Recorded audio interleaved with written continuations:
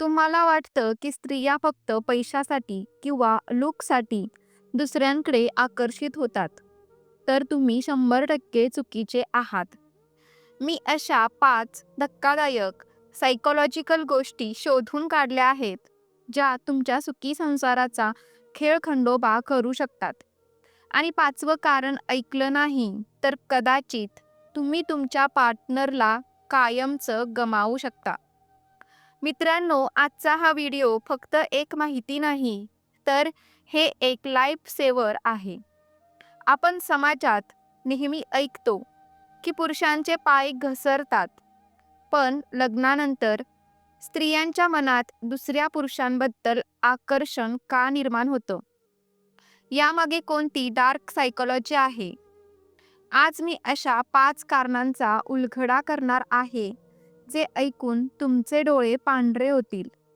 आणि व्हिडिओच्या शेवटी मी तुम्हाला सांगणार आहे की सगळं थांबवण्यासाठी तुम्ही नेमकं काय करू शकता. त्यामुळे एकही सेकंद मिस करू नका. चला तर मग व्हिडिओला सुरुवात करूया. लग्नानंतर पहिल्या 2-3 वर्षात सगळं कसं मॅजिकल असतं ना. मग हळूहळू ते प्रेम, ती ओढ कुठेतरी हरवते. मग सुरू होतो एक सायलेंट झोन.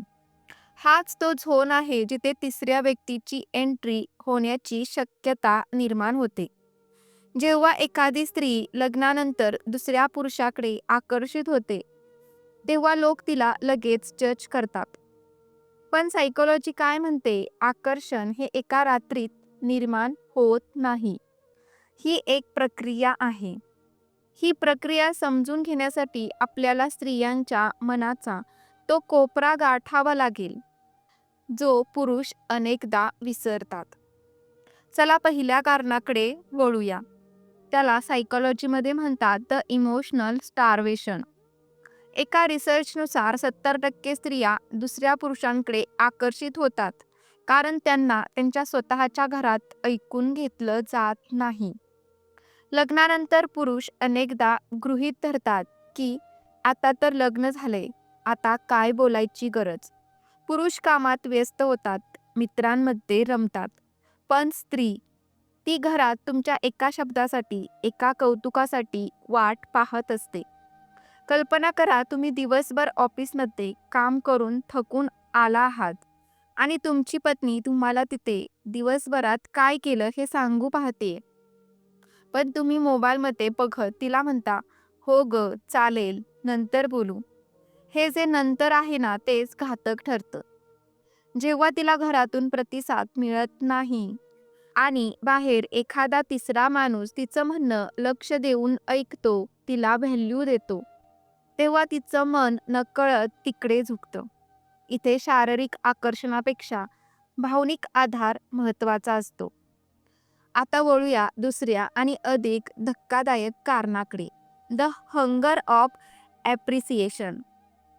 प्रत्येक स्त्रीला वाटतं की तिने स्वतःला कसं सावरलंय, तिने किती कष्ट घेतलेत, याचं कोणीतरी कौतुक करावं.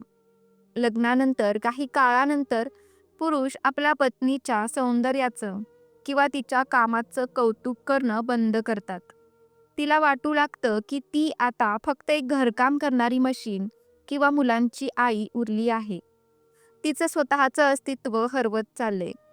अशा वेळी ऑफिसमध्ये किंवा सोशल मीडियावर जेव्हा एखादा पुरुष तिला म्हणतो, "आज तू खूप छान दिसतेस" किंवा "तुझं काम खरंच कौतुकास्पद आहे", तेव्हा तिला ते डोपामाइन रश मिळतं, ते तिच्या नवऱ्याकडून कित्येक वर्षात मिळालेलं नसतं. हे छोटंसं कौतुकाचे शब्द तिला त्या दुसऱ्या पुरुषाच्या जाळ्यात ओढायला पुरेसे ठरतात. पण मित्रांनो थांबा, तुम्हाला वाटतंय का की हे सगळं सोपं असतं? तर अजिबात नाही. एखादी स्त्री जेव्हा अशा आकर्षणाकडे वळते, तेव्हा ती एका मोठ्या मानसिक संघर्षातून जात असते.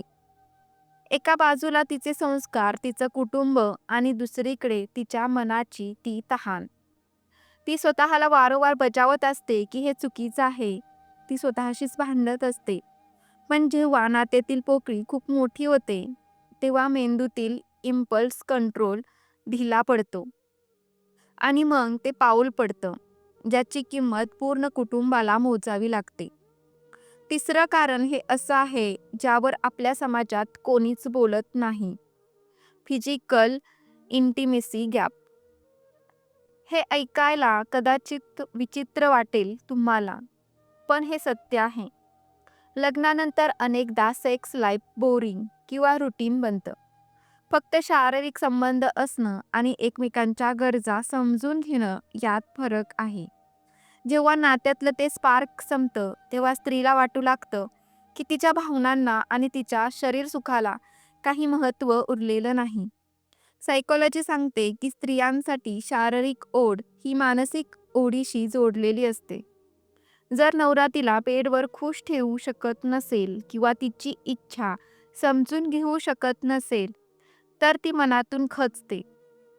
आणि अशा वेळी जर एखादा दुसरा पुरुष तिला ती ऊब किंवा ते आकर्षण देऊ शकला, तर तिची पावलं तिकडे वळण्याची शक्यता वाढते. आता हे चौथं कारण ऐकून तुम्ही थक्क व्हाल, हे आहे रिव्हेंज अट्रॅक्शन. जर नवऱ्याचा आधी कोणाशी अफेअर असेल किंवा त्याने पत्नीला फसवलेलं असेल, तर काही स्त्रिया धडा शिकवण्यासाठी किंवा स्वतःची व्हॅल्यू सिद्ध करण्यासाठी दुसऱ्या पुरुषाकडे आकर्षित होतात. त्यांना असं वाटतं की जर तो हे करू शकतो, तर मी का नाही? हे आकर्षण प्रेमातून नसतं, तर ते रागातून आणि अहंकाराच्या जखमेतून जन्माला आलेलं असतं.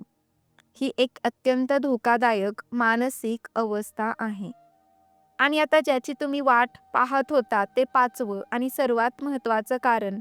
हे कारण समजून घेण्यासाठी आपल्याला मानवी उत्क्रांतीच्या सायकोलॉजीचा विचार करावा लागेल. हे कारण आहे द अल्फा सिक्स सिंड्रोम. लग्नानंतर अनेक पुरुष स्वतःची काळजी घेणं सोडून देतात. ते आळशी होतात, त्यांचं करिअर थांबतं किंवा ते एका सुरक्षित कोशात शिरतात.